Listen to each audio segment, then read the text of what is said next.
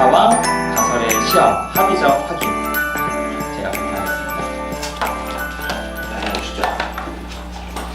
해리스텍 설리반의 정신치료기술 오늘 5장 공식화와 가설의 시험, 합의적 확인이라는 제목의 장을 시작하겠습니다. 자, 합의적 확인이라는 말, 얄롬의 그 집단 정신치료의 이론과 실제에서도 나왔던 부분이고요. 보통 이제 집단 상담을 하면 가장 많이 이제 사용할 수 있는 이제 방법, 기술이기도 한데요. 자, 합의적 확인이라는 것은 크게 두 가지의 의미 단어의 조합입니다. 첫 번째는 이제 합의라는 건데요. 해리스텍 설리반의 정신치료 기술에서는 이제 내담자, 환자의 대인관계적인 측면의 어떤 그런 변화를 생각하기 때문에 먼저 치료자와 환자가 함께 환자의 대인관계에 대해서 가설을 세우고 거기에 이제 합의를 하는 겁니다. 그리고 확인은 그 합의한 가설이 실제 환자의 삶 속에서 그대로 적용이 되고 있는지, 그래서 환자가 갖고 있는 대인관계의 어려움에 대한 가설을 세우고 그것이 실제로 환자의 삶에서 반복되는지를 이제 관찰하는 것이 바로 합의적 확인인데요. 이 과정을 통해서 경험을 잘 설명할 수 있는 또 다른 가설을 받아들일 수도 있고, 그리고 또 그 가설을 반증할 수 있는 증거를 탐색할 준비를 할 수도 있다라고 하면서, 이 합의적 확인은 어쨌든 환자 내담자의 대인관계를 개선하기 위한 하나의 가설을 세우고 확인해보고 또 그 가설을 반증해보고 하는 그런 일련의 과정들을 의미합니다. 자, 합의적 확인을 하기 위해서는 먼저 이제 가설을 만들어야겠죠. 그래서 이거를 가설의 공식화라고 했는데요. 결국엔 치료의 노력이란 가설을 세우고 환자와 함께 그 가설이 환자의 삶에서 실제로 반복되고 있는지 관찰하는 것이 바로 치료의 노력입니다. 그런데 이제 이때는 조급하거나 허겁지겁하게 가설을 세우고 환자에게 이야기하지 말고 충분히 자료를 수집해야 된다. 왜냐하면 환자의 삶에서 늘 반복되는 어떤 대인관계에 대한 가설을 좀 조급하게 제안할 경우 그것이 정확하지 않다면 결국에는 그 고통이 온전히 환자 내담자에게 이제 가중되기 때문인데요. 그리고 이제 가설을 제시할 때도 결국에는 환자가 자신의 삶 속에서 그 가설이 적용되는지를 확인해야 되기 때문에 환자의 불안이 너무 크다면 그 확인하는 과정들이 제대로 이제 이어지지 않습니다. 그래서 조급하지 않고 허겁지겁하지 않고 충분히 자료를 수집해서 환자가 덜 불안할 때 이제 그렇게 제안을 해야 된다. 특별히 우리가 이제 예전에 살펴봤듯이 해리스텍 설리반 이제 치료했던 많은 경우가 이제 조현성 성격장애나 조현병의 이제 경우들이 많았는데요. 이럴 경우에는 더욱더 조심스럽게 접근해야 된다라고 이야기를 합니다. 그래서 책에 보면은 이제 두 가지 나쁜 방법, 그러니까 환자의 불안을 좀 가중시키는 방법과 환자가 좀 덜 불안하게 하는 그런 치료자의 표현들이 있는데요. 세 가지가 나와 있던데 책에서는 제가 그 중에 한 가지만 이렇게 좀 화면에 넣어봤습니다. 뭐 이제 나쁜 예, 이렇게 하면 안 된다는 거죠.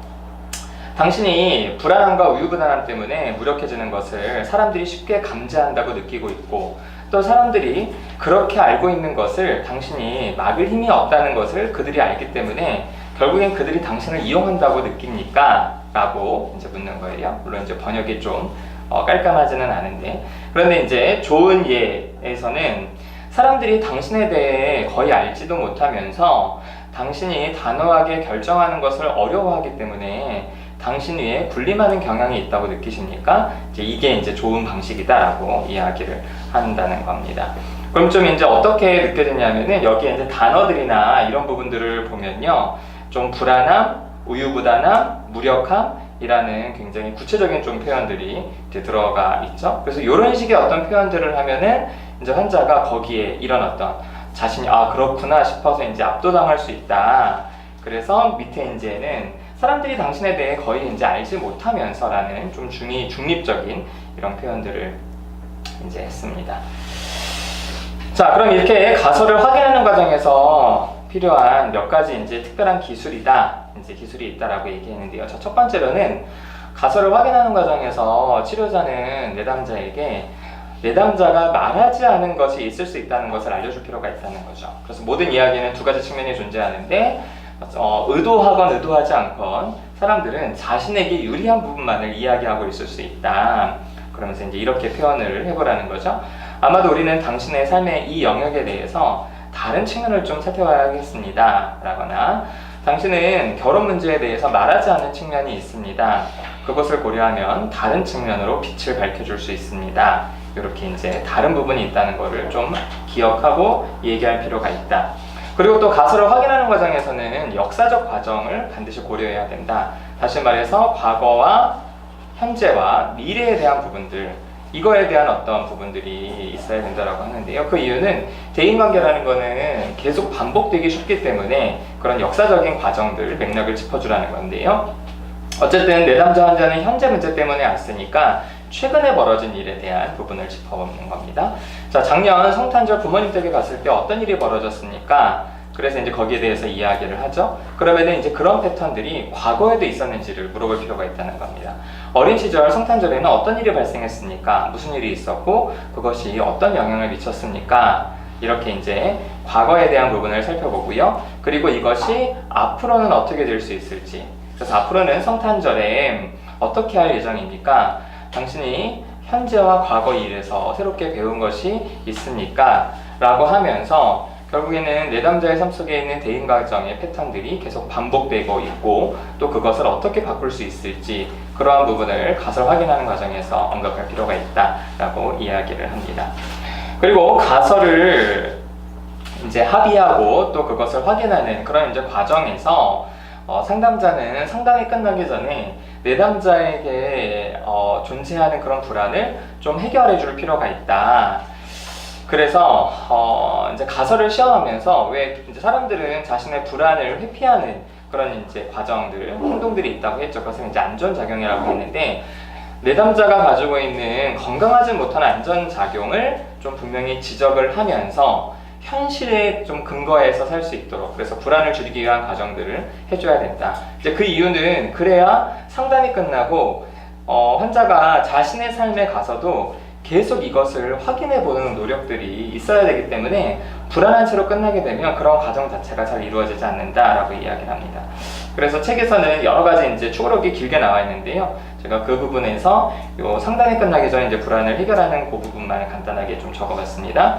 자, 상상 속의 상황을 관찰하는 것이 유용했던 것 같습니다. 자, 이 말은 뭐냐면은 결국에는 내담자가 걱정했던 것이 상상 속이라는 것을 분명히 언급해 주는 겁니다. 그러니까 그것이 실제로 일어날 것처럼 걱정하기는 했지만 그거는 상상 속의 상황인 거다.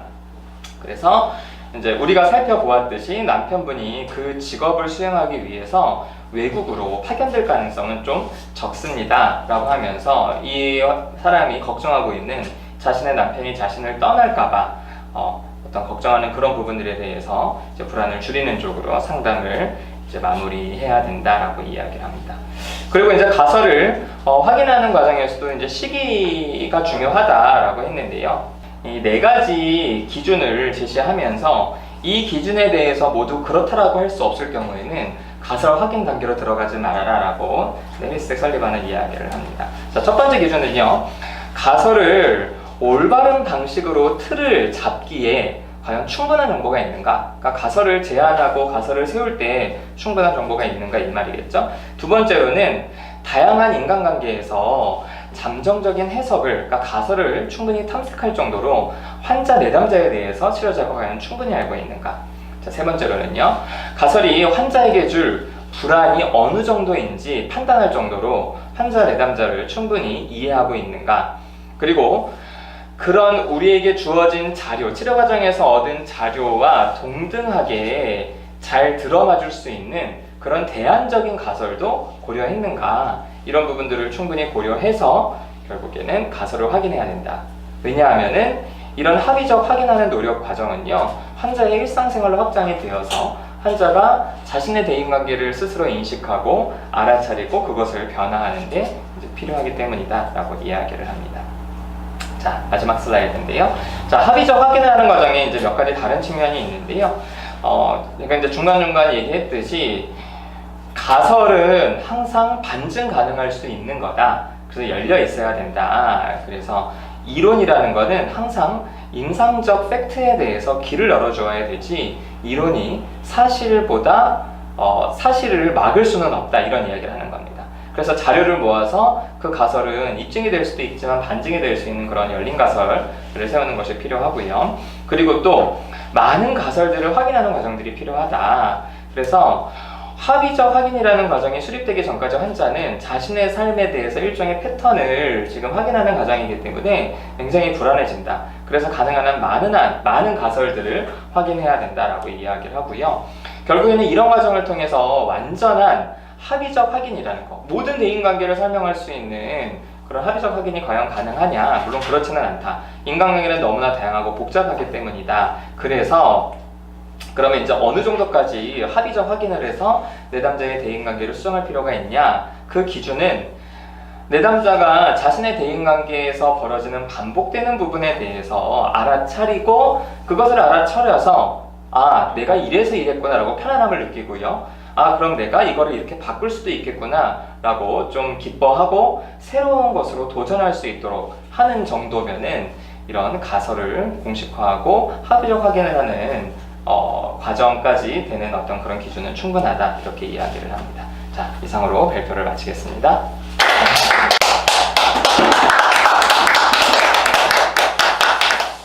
자, 아주 잘 들었습니다. 네. 사실 뭐 이번 장은 아까 잠깐 얘기했지만 별로 할 얘기가 없어요. 할 얘기가 없는 와중에 썰면 풀어. 우리가 이제 이미 많이 하고 있는 부분들이기도 하고 또 해서 근데 저는 이런 생각이 들었어요. 이번 장을 읽으면서 예전에는 그런 생각을 못 했는데 이 책을 읽으면서 들었던 생각이 굉장히 지시적이에요. 네. 그러니까 상담자한테 굉장히 많은 주권이 있어야 돼. 왜냐면 여기서는 내담자의 마음을 묻질 않잖아요. 대부분 상담자가 내담자의 마음을 추정해요. 그러니까 이런 마음이다. 그리고 보지 못한 정보들을 계속 내담자에게 이제 알려주는 과정을 이제 계속 하고 있거든요. 그래서 사실은 이 상담의 주도권이 매우 상담자에게 있는 상담 스타일이거든요. 이런 같은 경우에는. 그래서 좀 뭐라 해야 될까요? 그래서 이런 거를 하기 위해서는 제가 개인적인 생각으로도 그러니까 설리반이 그러니까 상담을 잘했다고 한다면은 본인 마음에 관해서 굉장히 좀 하지 않는 이상은 이렇게 상담을 끌고 가기는 쉽지는 않은. 그래서 분석을 오래 받았거나 그래서 본인이 어떤 뭐라 해야 될까요?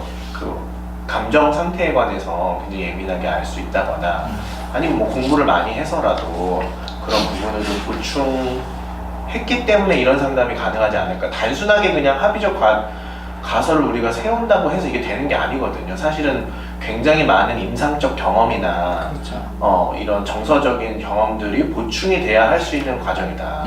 초보자들에게는 권하지 않는다. 그런 얘기 좀 해주고 싶어요.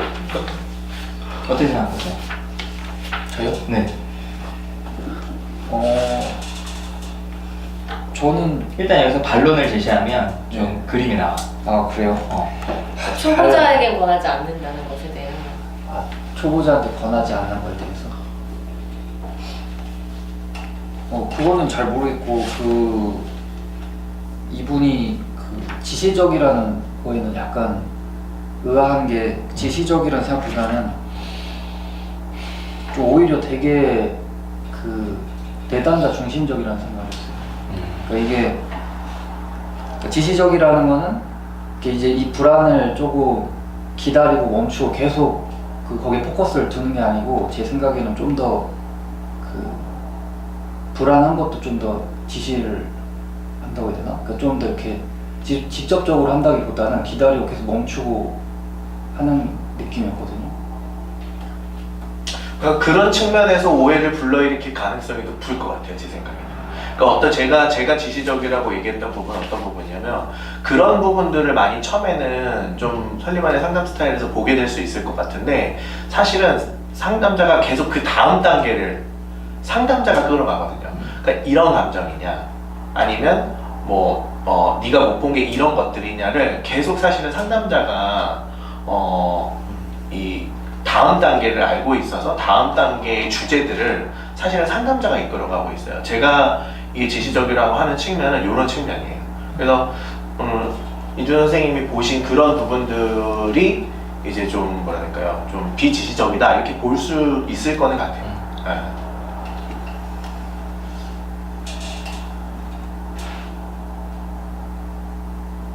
하고 싶은 얘기가 있으신 것 같은데. 아니요, 저는 없어요. 저는 그 이제 요 챕터를 보고 전반적으로 보면서 어쨌든 해리스 설리반은 의사잖아요. 의사고 또 병원에 오는 사람들은 기본적으로 의사의 권위를 많이 인정을 하고 하기 때문에 치료자, 여기서 결국엔 이제 의사로서 이렇게 해야 된다라고 이제 끌어가는 과정 자체가 사실은 치료의 주도권을 치료자가 좀 가지고 있는 느낌이라고 생각이 들면서 이제 이 선생님 얘기에 좀 동의하는 부분이 있어요. 근데 이제 우리나라 같은 경우에는 우리는 또 이제 의사도 아니고, 그죠? 상담하는 사람들이잖아요. 그러니까 그러다 보니까 사실 저도 어떻게 보면은 이거는 진짜 뭐라 그럴까요? 그냥 정신과가 아니라 다른 과에서도 인터뷰 기술이라는 책들이 있거든요. 의사들이 보는 그런 어떤 인터뷰 기술 같은 좀 느낌이다. 그래서 이걸 어떻게 표현을 하고 어떻게 해야 환자에게 어떻게 정보를 끌어낼 수 있는지에 대한 부분들이 좀 있어서 사실은 뭐 어떤 대인관계 중심으로 봤다는 면에서는 해리스 설리반이 이제 우리랑 좀 통하는 것도 있고 좋기는 한데 좀 책을 읽으면 읽을수록 좀 그런 아쉬움들. 그러니까 우리가 겪고 있는 이런 어떤 세팅과 대략 뭐 80년 전에 뭐 70년 전에 이제 해리스 설리반이 겪었던 상담 장면은 좀 많이 다르다라는 생각이 좀 들더라고요. 어떻게 생각해요? 저는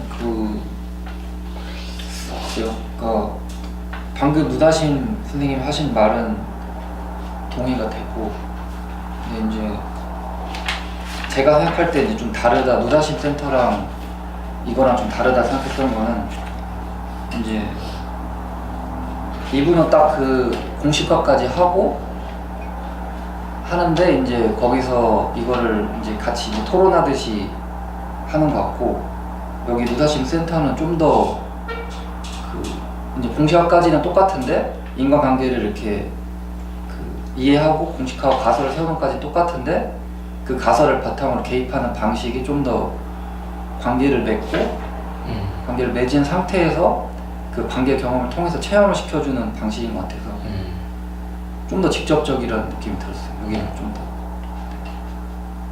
이준 선생님도 그렇게 상담하고 계시죠? 네, 저도 그렇게 하려고 하고 있어요. 네. 참 재미없어. 이해해주세요. 지금 이제 이준 선생님이 얘기한 대로 저도 이제 아쉬운 부분이 그거예요. 여기에서 이제 치료자는 계속 내담자의 삶에서 한 발짝 떨어져 있어요.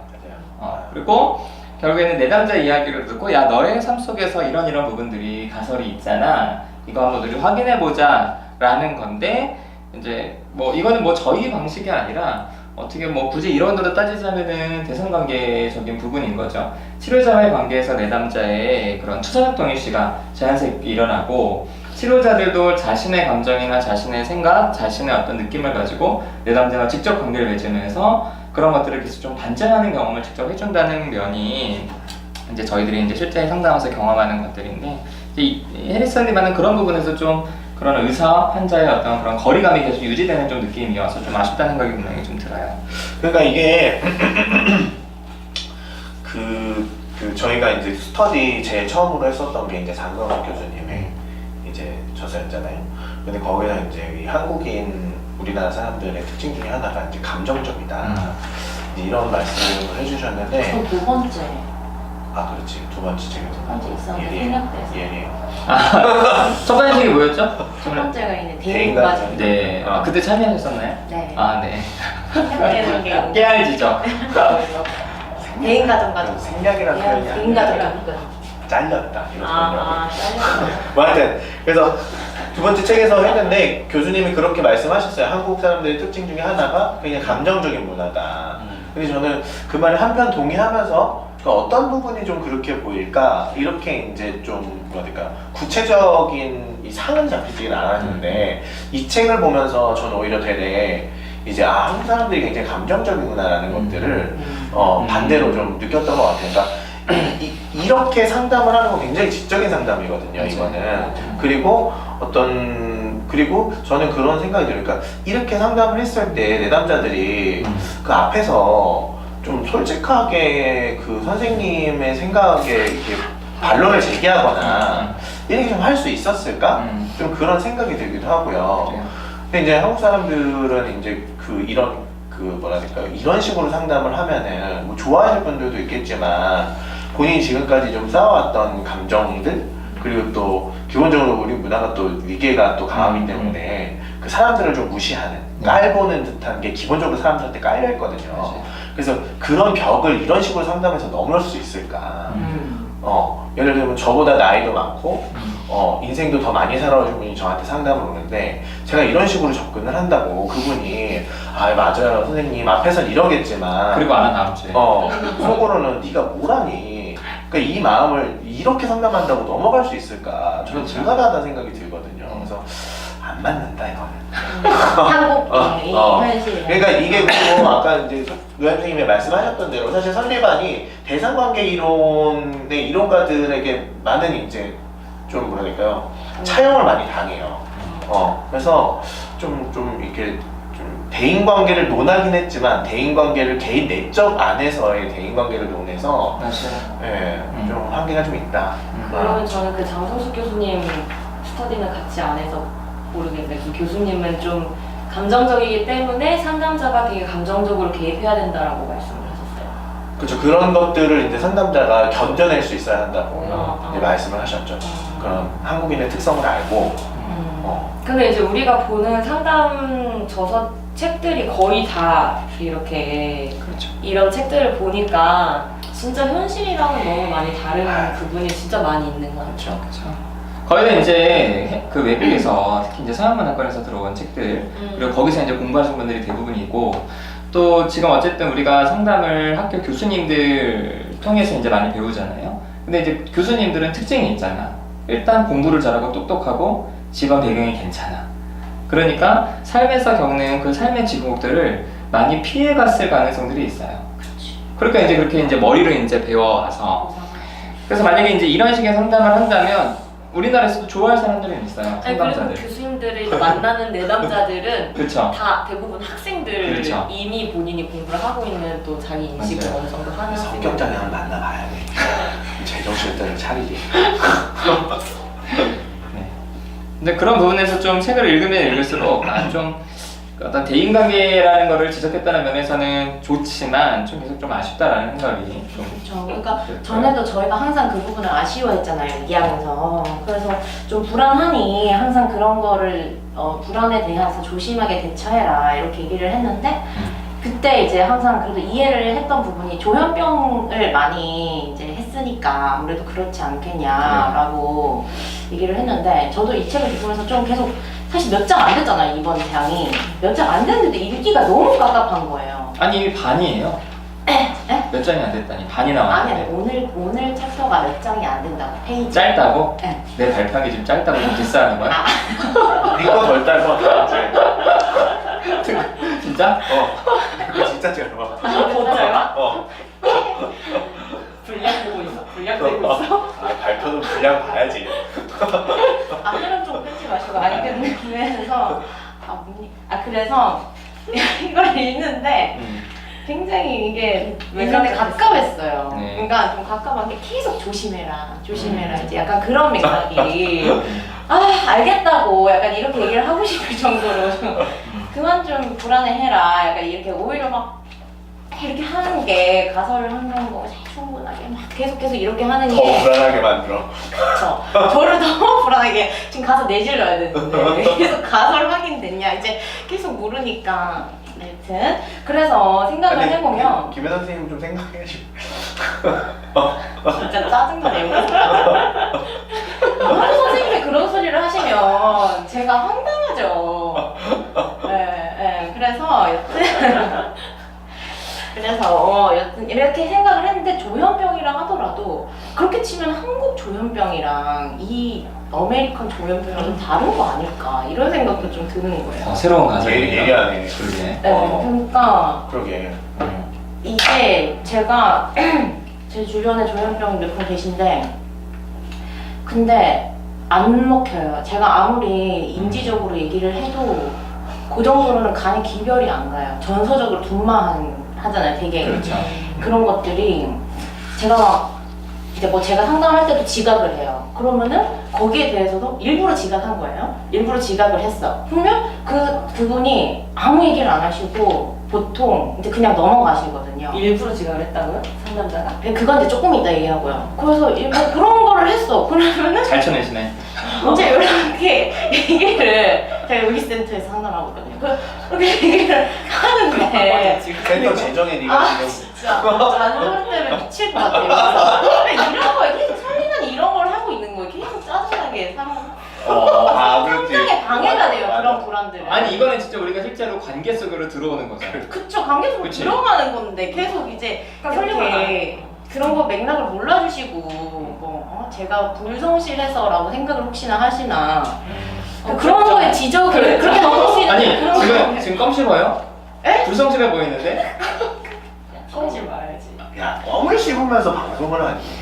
그러니까 저는 이런 걸 보여주고 싶었어요. 어. 저희가 이렇게 함께 미성숙한 상담자와 함께 이렇게 편안하게 할 수 있다. 김연아 선생님은 그쵸, 제가 미성숙한 상담자. 껌 씹으면서 상담할 수 있다. 선배와 후배가 이렇게 나란히 설 수 있다. 동등한 관계에서 편하게 토론하자 이런 분위기. 그렇죠. 껌 씹으면서. 팀도 껌 씹고 다 우리 함께 껌 씹으면서 할 수 있는 이런 문화를 만들어가는 난껌 게 싫어해. 저희가 삶에서 굉장히 중요해요. 제가 카라멜을 주면 아 카라멜 카라멜도 싫어해. 너 진짜 껌 안 씹더라. 난껌 안 씹어. 안 씹어? 카라멜도 잘 안 먹어.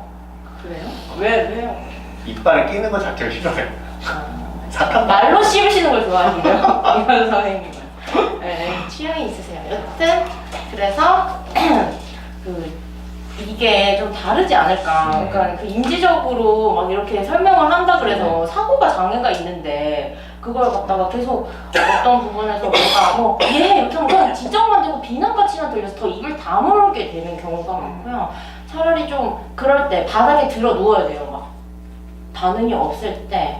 더 감정적으로 하다는 거죠? 서운해 죽겠다. 니랑 나랑 막 하면서 관계를 하면서 했을 때 맞다. 이렇게 하면서 좀 알리더라고요. 그제서야 아 내가 이렇게 아무 소리 안 하고 있으면 내가 제일 싫어하던 그 고립감, 소외감이 계속 연속이 되고 있구나. 이거를 좀 느끼시는 것 같아요. 대가야 대가. 이런 게 대가지. 깜짝 놀라도 되겠어요. 싫어. 마음가짐. 아니 진짜 그 김연아 선생님 얘기에 좀 일리가 있다고 드는 게 이제 첫 번째로는 조현병일 경우에는 인류 역사에 굉장히 오래된 현상이잖아요. 근데 이게 시대마다 양상이 좀 다른 게 있어요. 그러니까 기본적으로 이제 망상의 내용도 다르고 그리고 나타나는 증상도 대략 100년 전에는 긴장증이 많았다면 이렇게 몸이 붓는 거. 근데 지금은 그것보다는 정서적인 부분이 더 크기도 하고 그런 면에서도 좀 그럴 수 있겠다 생각도 들고 두 번째로는 이때는 그러니까 제가 뒤에 보니까 1930년에 설리반의 정신의학 업무는 거의 전부 조현병에 관한 것이었습니다. 그가 본인의 세상을 더 넓게 발전시키기 위해서 폭넓은 임상적 경험이 필요해서 1930년 이제 뉴욕으로 이사를 해서 개업을 했다고 이제 278페이지에 나와요. 근데 1930년대 조현병 환자를 봤을 경우에 그리고 2019년에 조현병 환자에서 가장 중요한 특징 중에 하나는 약물이 엄청나게 개발이 됐어요. 그래서 아마 이때는 약물이 잘 개발이 안 됐기 때문에 아마 조현병 환자들도 굉장히 뭐 환청이 들리고 계속 좀 왜곡된 생각이 굉장히 기본적으로 불안하잖아요. 그래서 어쩌면 설리반은 불안을 자꾸만 좀 줄이라는 쪽으로 이야기를 했을 것 같고 근데 지금 같은 경우에는 약을 먹으면서 안정이 돼 있으면은 기본적으로 이제 정서적인 부분들은 좀 스테이블하기 때문에 그런 면에서 인지적으로만 접근을 하는 게 김연아 선생님 얘기하신 것처럼 전혀 내담자나 환자에게 영향을 미칠 수 없는 그런 생각이 들면서 아 참 일리가 있다 김연아 선생님. 아까 늦은 얘기 좀 빨리 해명해 줘야지. 그래서. 네, 이제 그때 이제 워낙 감정적인 부분부터 근데 예리하거든요. 조현병이신 분들이 그치. 똑똑해요. 저보다 똑똑하다는 걸 느낄 때가 있고 논리가 굉장히 서기 때문에 입을 더 다물고 정서적으로 이제 하는 경우가 있어서 이제 제가 한번 조금 이렇게 이런 문제 같은 상황을 한번 만들어 보자라고 생각이 들어서 네. 조금 지각을 한번 해본 다음에 떳떳하게 당당하게, 네. 뻔뻔하게. 네, 뻔뻔하게 앉아서 있었어요. 네. 이제 그때 하필 나연 선생님을 센터장인 분을 만나가지고 뭐 이렇게 하시더라고요. 그래서 있어봐 조용히 봐 이러고 제가 들어갔거든요. 그래서 그런 부분이 일부러 늦은 거? 그럼 늦을 거 아니야? 아 진짜 일부러 늦은 거예요? 네? 그러니까 이제 마침 늦었는데 이렇게 이거를 확인해 봐야겠다. 아, 맞아요? 이제 일부러? 그럴 때도 있지만 이제 나연 선생님을 만났을 때 좀 그럴 때가 있긴 했었어요. 사실 좀 그런 부분이 없지 않아 자주 있기는 늦는다는 했는데 아니죠. 7년은 약속은 엄청 지켜야 되는 거라고 생각하거든요. 네, 그 부분은. 네. 그래서 아니 그래서 저는 아까 이제 초심 상담자들한테 이런 상담법을 권하지 않는다 이렇게 말씀을 좀 드리기도 했었는데, 그러니까 저희가 책을 계속 읽어오면서 진짜 사실 공통되는 부분은 상담을 잘하려면 이제 저희가 슈퍼비전 받을 때도 많이 듣는 얘기지만 이제 그 슈퍼비전 받을 때 이제 슈퍼바이저 선생님들이 제3의 눈이 필요하다. 상담을 하고 있지만 그거를 네가 슈퍼바이저의 입장으로서 보고 있는 눈도 필요하고 내담자와 이야기하는 직접적인 관계도 필요한 거다. 이제 이렇게 말씀들을 많이 해주시는데, 그것처럼 상담자가 이제 그 제3의 눈을 가지고 이 상담 관계와 지금 나누고 있는 의사소통에 관해서 분석을 하는 능력과 그리고 직접 그 사람과 감정적으로 김연아 선생님처럼 이렇게 소통을 하는 능력 두 가지가 필요한데, 사실 대학원 정도 갈 정도면은 슈퍼바이저의 눈을 갖는 건 어렵지 않아요. 그건 시간 문제예요, 사실.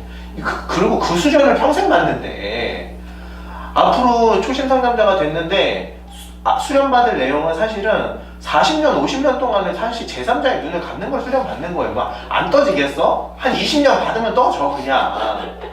한 5년 슈퍼비전 받으면 그렇지. 계속 슈퍼비전 받고 난 한 10번 받아보니까 다 그게 그거던데? 다 그게 그 소리야. 이 새끼들 다 똑같은 소리 하고 앉아있어. 그래서 그러니까 내담자에 집중하지 않는다는 얘기야, 이게.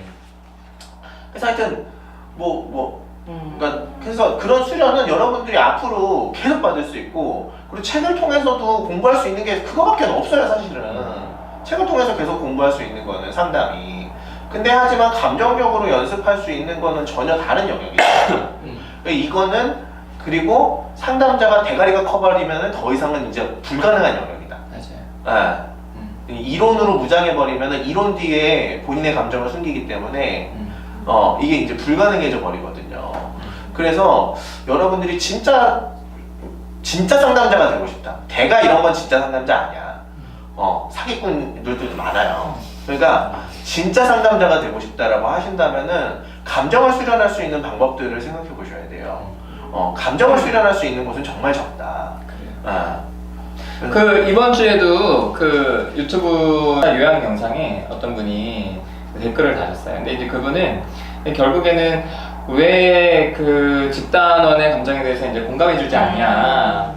그거는 상담자인 네가 네 문제가 해결이 안 돼서 그렇다라고 이제 이야기를 하셨어요. 근데 물론 그거를 보시면 저도 충분히 그 부분에 대해서 그러실 수 있다 라고 생각은 했는데, 그래서 저는 이분이 굉장히 이 감정을 좀 이렇게 잘 다루고 이렇게 좀 귀하게 여기고 그래 이런 스타일인가 보다 라고 생각했는데, 그분의 마지막 댓글이 너무 사람을 좀 비꼬고 열받게 하는 이제 그런 댓글이라는 걸 제가 딱 봤을 때 어떤 생각이 들었냐면은, 결국에는 우리가 상담 장면에서 내담자의 마음을 공감해주고 정서를 잘 다루고라고 하지만, 결국에는 그 이면에는 자신 안에 있는 어떤 분노나 공격성들을 계속 좀 억누르고, 그리고 내담자도 그런 부분에 대해서 좀 이렇게 어떻게 보면 좀 의도치는 않았지만 결국에는 내담자가 그걸 표현하지 못하도록 하는 어떤 이런 부분에 대해서 감정적인 어떤 훈련이 안 돼 있구나. 상담자들도 그렇고 내담자들도 그냥 그런 감정적인 부분들을 상담 장면에 와서 숨기고 무조건 위로나 공감을 받으려고 하지, 이런 것들을 좀 감정적인 부분에 훈련이 안 돼 있다는 면이 좀 아쉽다라는 생각이 들더라고요. 감정적인 부분을 훈련하려면 어떻게 해야 되죠? 어떻게 해야 되죠? 일단 드러내야죠. 일단 어디에서? 이제 집단 상담을 제 잘라. 안에서. 누구한테? 누구한테 뭐 집단 원들한테랑 드러내야죠. 그런 손발이 안 맞아서 이거. 집단원들이 상처받으면 어떻게 해요? 기분 나쁘다고 하면. 그러면 이제 그거에 대해서 이제 반응을 해야죠. 그거에 대해서 그러니까 그러니까 실제로 집단원들한테 잘 표현 못해요. 다른 집단원들이. 네. 그럼 뭐 리더나 부리더한테 해야 되지 않을까요? 그렇죠. 오늘 힘드세요? 아 힘들어요. 왜? 왜 이래요? 네? 넘어가죠. 왜 넘어가? 이게 또 중요해 지금. 무슨 일 있어? 뭔 일 없어요. 그냥 그냥 있는 거 여기 있는 거 자체 힘들어? 여기 그냥 여기 이렇게 할 말도 딱히 없고 어제도 계속 뭔 얘기를 해야 되나 생각을 하다 잤는데 네가 뭐 명언을 남기려고 하니까 할 얘기가 없는 거야. 그래서 아무 얘기나 해. 어차피 유학 영상에 너 안 들어보낼 거야. 아무 얘기나 할게요. 이것도 요약 영상 있어? 있어요. 아. 있어요. 근데 아까 이제 우리 감정에 대한 얘기가 나왔잖아요. 근데 상담하시려는 분들의 특징이 감정 억압적인 분들이 너무 많아요. 엄청 많아. 맞아. 그래 정말. 거기서부터 시작되는 그래. 이론이. 근데 이제 거기에다가 아까 얘기했듯이 이론이 덧붙여지면은 이거는 평생 못하는 거야. 감정적인 부분을. 오히려 더 그렇죠. 주지화시키는 거. 그렇죠. 그래서 이제 머리가 커지는. 감정을 억압하지 않고 감정을 분출하며 사는 사람들은 실제로 상담하려는 생각 잘 안 해요. 왜냐면은 물론 주변 사람들 힘들겠지만 자기는 속편하거든. 네.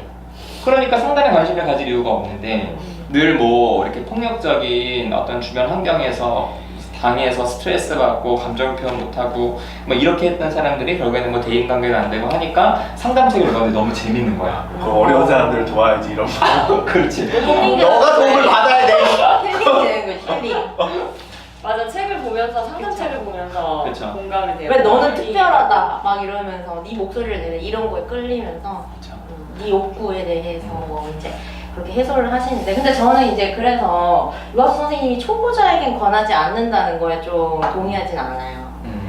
그러니까 초보자에게 권하지 않아야 되는 이 풍토 자체가 문제가 되고 오히려 더 이런 상담자들이 내담자와 관계를 하는 데 있어서 방해가 될 수 있고 차라리 초보자들이 좀 이런 시도들을 계속 해야 된다고 생각해요. 어떤 시도를? 그러니까 좀 감정적으로 오히려 안 하고 계속 이론적으로만 계속 이제 보통 이렇게 돼 있잖아요. 그런 걸로 해소하고 이론적으로 그런 걸 선생님이랑 해소하는데 같은 얘기 같은데? 그러니까 에? 처음에는 아니라고 했는데 계속 듣다 보니까 점점 나랑 똑같은 얘기 하는 거야. 같은 생각이에요? 그- 감정적으로 연습을 하는 거 아니야? 초심자들한테? 그래서 그쵸, 초심자들이 연습해야 같은 생각 와서 내 얘기 못 들었냐 너 지금? 아 근데 네 얘기할 것만 생각하고 있었지. 초심자 입장으로서 얘기를 한 건데 네. 아니 감정적인 훈련을 권하지 않는다는 얘기예요? 김은혜 선생님? 아니죠. 권한다는 얘기인데 그 그 말만 얘기하는 제가 거예요. 쏙 빼서 얘기를 했네요. 그냥 내가 싫은 거지? 일단 그냥 반대하고 싶은 거지? 뭐라도 말을 하고 싶었어. 버섯은 좋아하는데 네, 뭐라도 얘기를 하고 싶었어. 그래서 좀 집단 오시라. 초보 와서 감정적인 부분 연습하시고 댓글로만 그렇게 하지 마시고 그 오셔가지고 실제로 이론 속에만 있지 말고 오셔서 좀 그 불안한 상황도 마주하고 했으면 좋겠다는 말 맥락에서 네, 그 초보 상담자들도 그런 부분을 계속 시도해야 된다고 생각을 하고요. 그리고 대학원만 간다고 해서 얻어지는 건 아닌 것 같아요. 확실히. 저는 또 이 책을 보면서 보통 이제 이런 상담책들이 추가록이 많잖아요.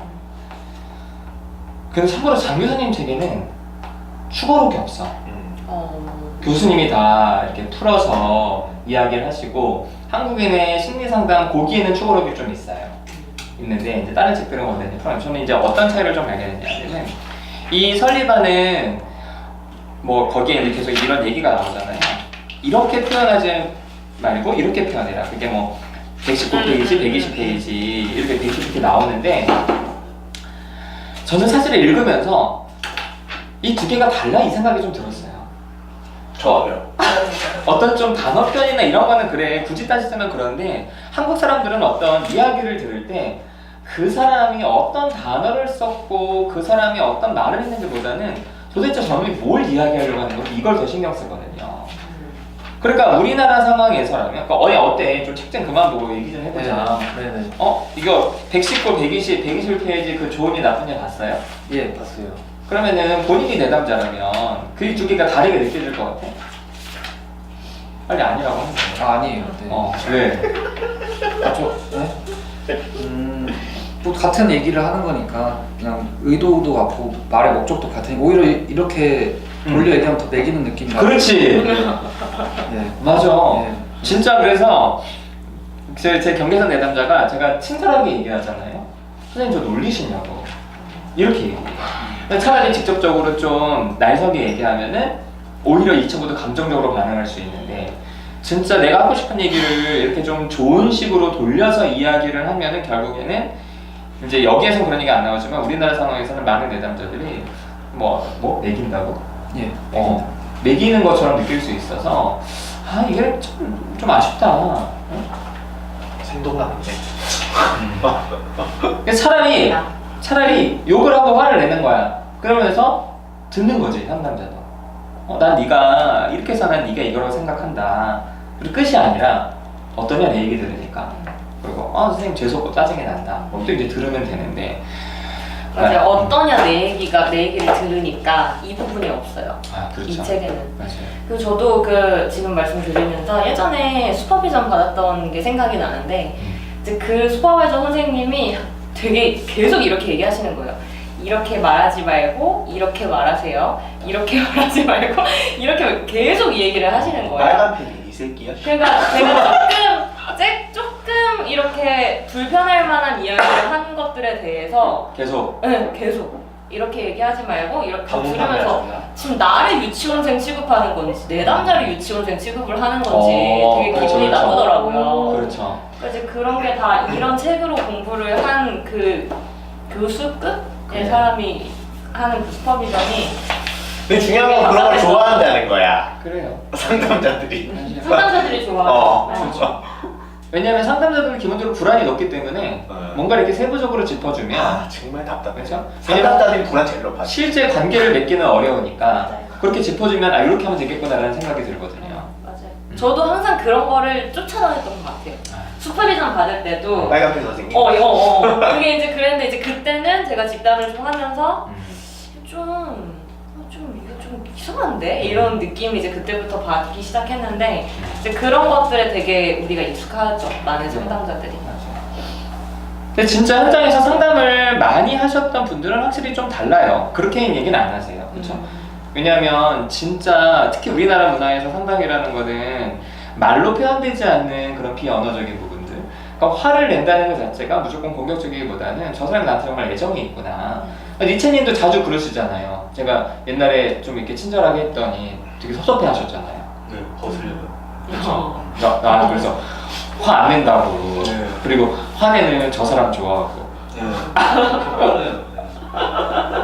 그게 이제 어떻게 느껴지세요? 막 이렇게 친절하게만 하면은 어떻게 느껴지시는 거예요? 멀게 느껴져요. 멀게. 네. 근데 좀 화를 내면 또 힘들어 하시잖아요. 누가 리체님한테 화내는 거. 그럼요. 또 힘들게 하죠. 힘들어지죠. 힘들긴 한데도 그게 좋은 이유가 뭐예요? 이제 상황이 그러니까 이제 이 상황에서는 이제 화를 내는 게 저한테는 좋고 또 이제 아닌 상황에서는 또 이제 그러니까 뭐 이런 거죠.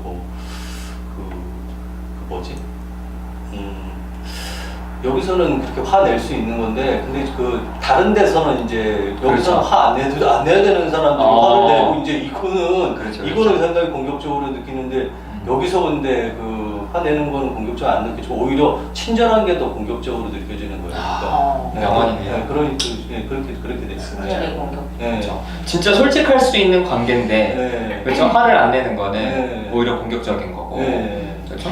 네. 근데 나한테 당연히 친절을 요구하는 바깥의 상황에서는 그때 화내면 당연히 무서운 거고 예, 좀 이상한 거죠 그런 게. 그렇죠. 제가 니체님 말을 듣고 진짜 개인 친절하게 하면 안 되겠다. 화를 엄청 내야겠다. 이게 게임으로 아니 넌그 말을 들으 아니 그러니까 내 남자가 준비가 돼 있는지 확인해 보세요. 그래도 확인을 또 이게 불안하게 또 괜히 불안을 일으키시네요. 아니 뭐 한마디 물어봐.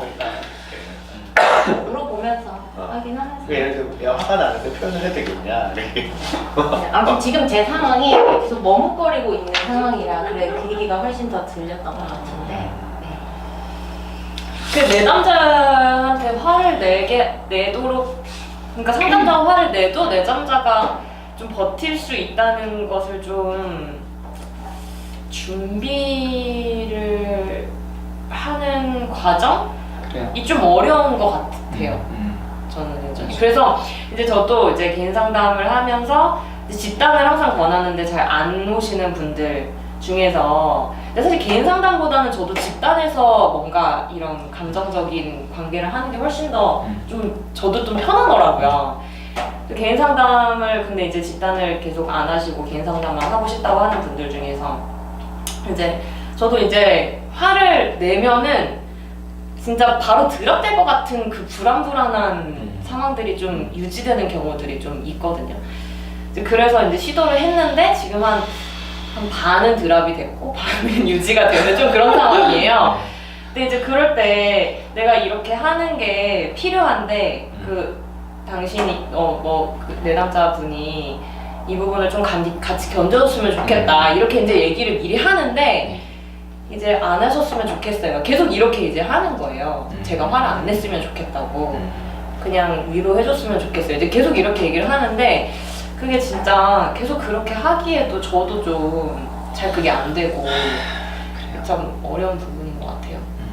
저는 그 이제 상담자 내담자가 그렇게 감정적인 소통을 하기 위해서 물론 이제 저는 지금 이제 개인 상담은 안 하고 코칭만 하지만 그 진로 코칭도 1시간 정도, 1시간 반 정도 하거든요. 근데 처음에 이제 옵션을 드려요. 저는 내가 본인한테 본인이 원하는 질문에 대한 답만 줄 수도 있다. 그리고 또 하나는 내가 진짜 본인을 내 후배나 되게 친한 사람처럼 내가 정말 진심으로 내가 하고 싶은 얘기를 할 수도 있다. 그러니까 두 가지 옵션이 있는데 뭘 원하냐고. 진로 코칭 하실 때. 그렇죠. 그렇게 해요. 그러니까 왜냐하면 진로 코칭 할 때 사실은 이분들이 궁금해하는 거는 사실 중요한 게 아닌 경우들이 많아요. 맞아요. 요즘엔 대학원은 워낙 많아져서 대학원 것도 어렵지도 않고. 근데 진짜 고민해야 될 게 진짜 상담에 오고 이 길이 내 길인가를 고민해 보시라는 이야기 되게 많이 하고 싶은데 근데 그건 내가 하고 싶은 얘기고 이분들은 궁금한 게 있어서 왔을 테니까 옵션을 줘요. 서비스 모드냐 진짜 친한 선후배 모드냐 이렇게 이제 줬을 때 서비스 모드만 해주세요라고 말하는 사람은 지금까지는 한 명도 없었어요. 그러니까 이거예요.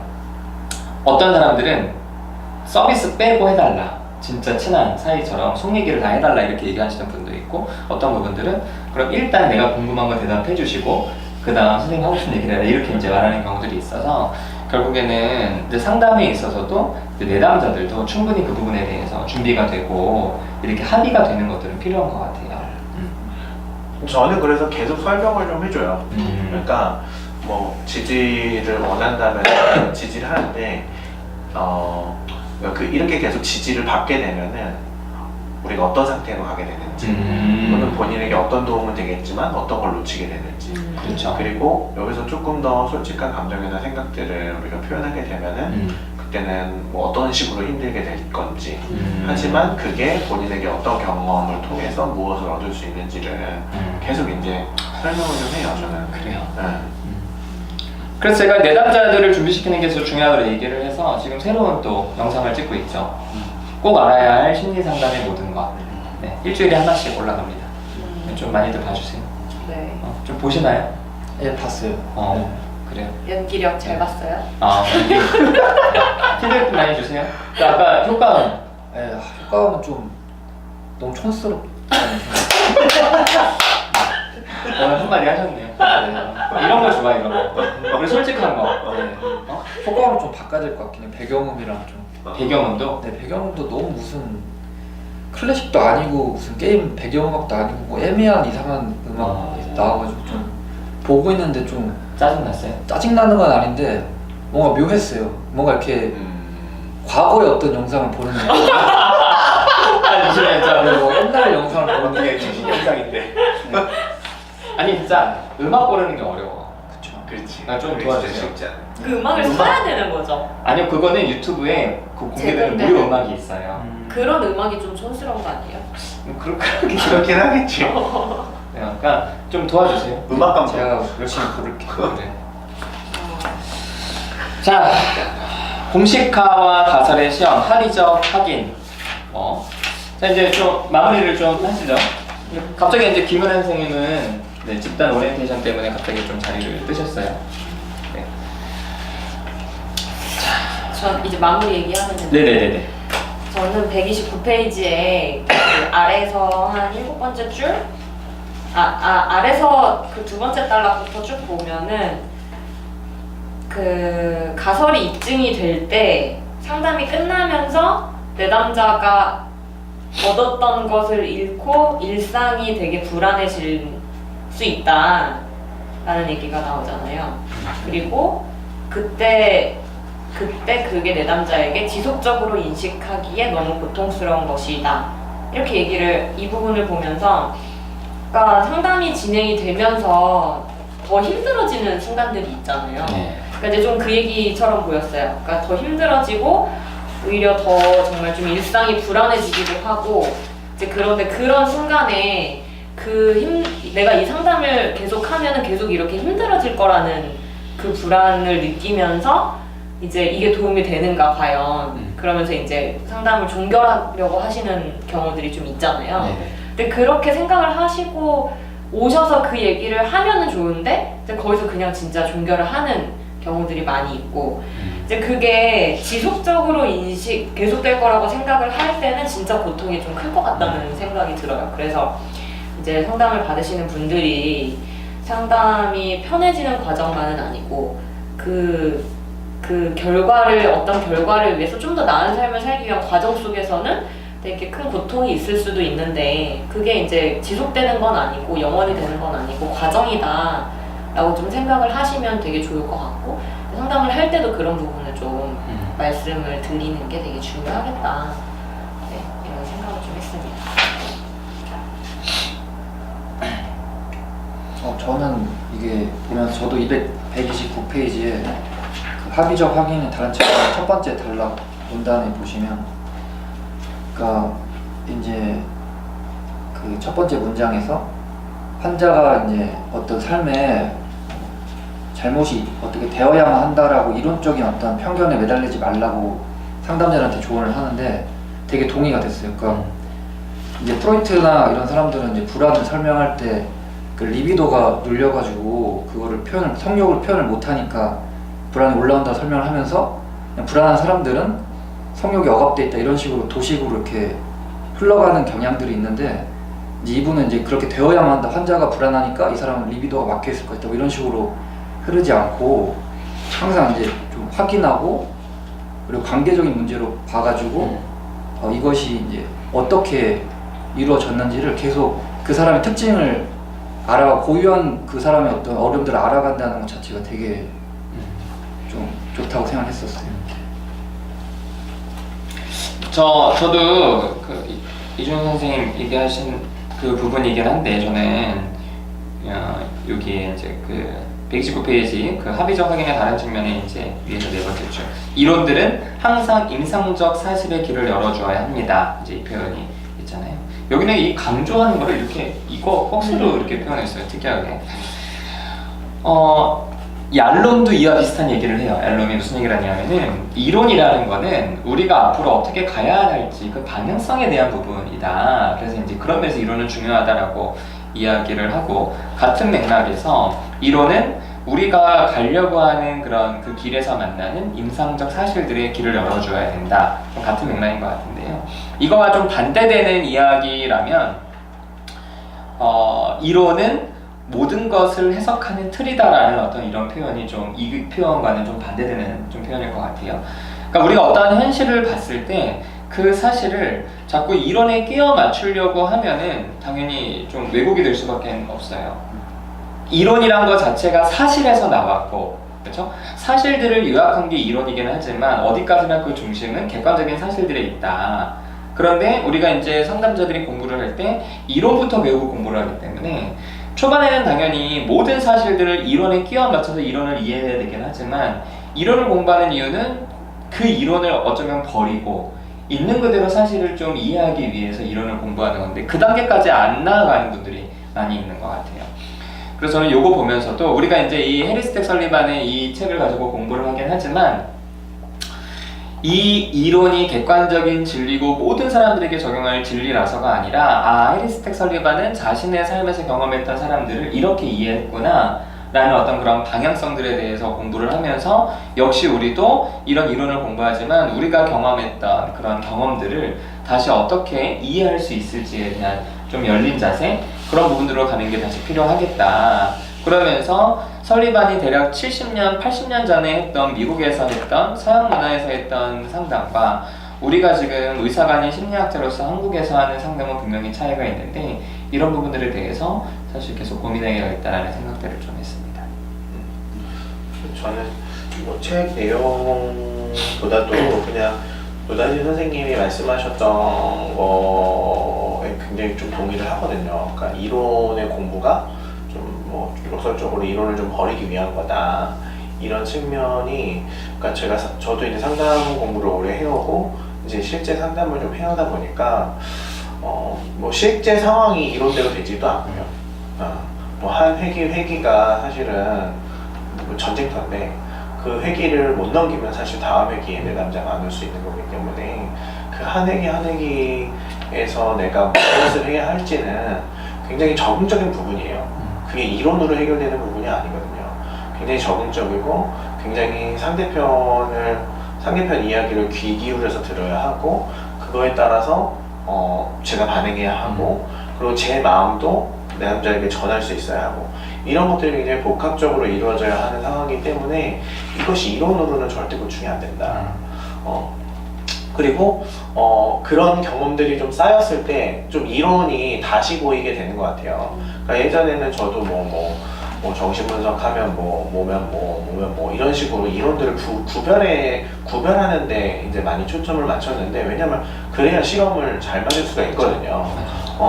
그런데 점점 이제 시간이 흐르면서는 뭐 이론을 생각하지 않고 저는 일단 지금에서는 상담을 할 때 이론을 생각하지 않아요. 그냥 딱 한 가지예요. 내담자에게 어떤 게 필요할까? 그냥 이거 하나예요. 감정적으로. 나는 내담자한테 이런 감정을 느끼는데 과연 내담자에게는 어떤 감정 경험이 필요할까? 이거 한 가지면 되는 거예요, 사실은. 목표는 그거예요. 그 목표를 가지고 내가 그 상황에 관해서 어떻게 이제 내 감정을 표현하고 나의 있는 여러 가지 감정 중에 무엇부터 꺼내고 무엇을 좀 기다리고 이런 것들을 내 스스로 연습해보는 게 사실은 더 훌륭한 이제 공부라는 생각을 하거든요. 그래서 근데 많은 상담자들이 이론 공부에 많은 시간을 할애하잖아요. 사실 그런 이론적인 기술을 습득하기 위해서 많이 연습을 하고 그래서 저는 참 안타까운 것 같아요. 그래서 근데 그거는 그 얄롬도 이제 책에서 이야기를 하는데 그런데 상담을 수련할 수 있는 방법이 없다. 그러니까 가장 좋은 건 상담실에 같이 들어가는 거다. 그렇죠. 그런데 상담실에 같이 들어갈 수가 없잖아요. 개인 상담 같은 경우에는. 그래서 가장 좋은 건 사실은 집단 상담이에요. 집단 상담에서 뭐 리더가 이제 어떤 피드백을 했을 때 그때 저건 어떤 마음에서 하는 걸까? 또는 어떤 계획을 가지고 있을까? 이런 것들을 보게 되고 그리고 그것들을 통해서 그 집단원들이 반응하는 것들을 통해서 이제 이런 반응을 했을 땐 이런 마음이나 이런 생각들을 들을 수 있고 그때 또 리더가 어떻게 표현을 하는구나 라는 것들을 옆에서 직접 볼 수 있거든요. 그래서 그런 것들을 물론 이제 뭐 판단만 해서도 안 되고 본인도 직접 경험을 해봐야 되는 거기도 하겠지만 그래서 그런 것들을 옆에서 보고 직접 거기에 관해서 질문도 해보고 본인이 직접 경험도 해보고 리더와 이제 관계를 하면서 이런 경험들이 매우 필요한 것 같아요. 상담자들에게는. 그래서 저는 뭐 아무리 생각을 해봐도 답은 사실 집단 상담밖에는 없다. 상담자들이 수련할 수 있는 기초적인 공간은. 그래서 그런 것들을 좀 여러분들이 많이 좀 생각을 좀 해보셨으면 좋겠어요. 이사님.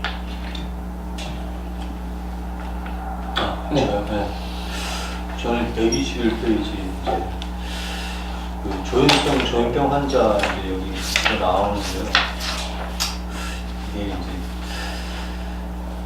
이게 사람들의 친밀함이 당신을 공포스럽게 만들고 그들에게 착취당하는 것을 두렵게 만든다 이런 게 있는데 제 뭐 그 같이 친한 친구도 보면 좀 이런 게 있는 것 같아요. 제 자신한테도 좀 이런 게 있는 것 같은데, 전우성이나 조현병 환자가 빼고 그러니까 그러면서 이제 치료자에 대해서 이 내용이라든가 이런 거 봤을 때 이게 대화가 이게 왔다 갔다 하는 거 있잖아요. 이게 핑퐁 대화라고 그러잖아요. 근데 그게 참 힘들어요, 사실. 이게 제가 친구랑도 참 힘들고 사실 그런 게 힘든데. 근데 여기서 하는 어떤 세부적인 어떤 기술 같은 게 제가 보기에는 이제 그런 걸 어떻게 보면 이끌어내는 거 이제 그런 걸 갖다가 설리반 선생님은 이제 그런 걸 얘기하지 않았는가 이런 그 마음이 이제 보여가지고 참 좋았어요. 굉장히 좋았어요. 이상입니다. 네. 저희 총 10장으로 10주로 이제 진행되는 이 스터징이 오늘 이제 5주가 끝났고요. 다음 주부터 6주가 들어갑니다. 자, 다음 주는 6장 발표. 김연아 선생님. 네, 김연아 선생님 발표해 주시고요. 자, 아무튼 뭐 반 남았으니까 끝까지 함께 해주시고요. 오늘 여기서 마치겠습니다. 감사합니다.